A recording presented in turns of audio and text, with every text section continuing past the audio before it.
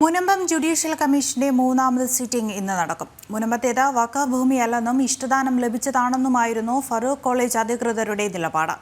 മുനമ്പത്ത് വഖഫ് അവകാശവാദം ഉന്നയിച്ച ഭൂമിയുടെ കിടപ്പ് നിലവിലെ അവസ്ഥയടക്കമാണ് ജുഡീഷ്യൽ കമ്മീഷൻ റിപ്പോർട്ടായി സമർപ്പിക്കേണ്ടത്. വഖഫ് അധിനിവേശവുമായി ബന്ധപ്പെട്ട് സർക്കാർ നിയോഗിച്ച ജുഡീഷ്യൽ കമ്മീഷൻ ഇത് മൂന്നാം തവണയാണ് സിറ്റിംഗ് നടത്തുന്നത്. മുൻപത്തെ പോലെ ഭൂവുടമകൾ, വഖഫ് ബോർഡ് അടക്കമുള്ള കക്ഷികളുടെയും വാദം justice CN Ramachandran Nair commission കേൾക്കും. കൂടുതൽ വാദങ്ങൾ മുന്നോട്ട് വെക്കാനില്ലെങ്കിൽ സിറ്റിംഗ് അവസാനിപ്പിച്ച് റിപ്പോർട്ട് തയ്യാറാക്കി സർക്കാരിലേക്ക് നൽകുവാനാണ് കമ്മീഷന്റെ ലക്ഷ്യം. മുനമ്പത്തേത് വഖഫ് ഭൂമിയല്ലെന്നും ഇഷ്ടദാനം ലഭിച്ചതാണെന്നുമായിരുന്നു ഫറൂഖ് കോളേജ് അധികൃതരുടെ നിലപാട്. മുനമ്പത്ത് വഖഫ് അവകാശവാദം ഉന്നയിച്ച ഭൂമിയുടെ കിടപ്പ് നിലവിലെ അവസ്ഥയടക്കമാണ് ജുഡീഷ്യൽ കമ്മീഷൻ റിപ്പോർട്ടായി സമർപ്പിക്കേണ്ടത്.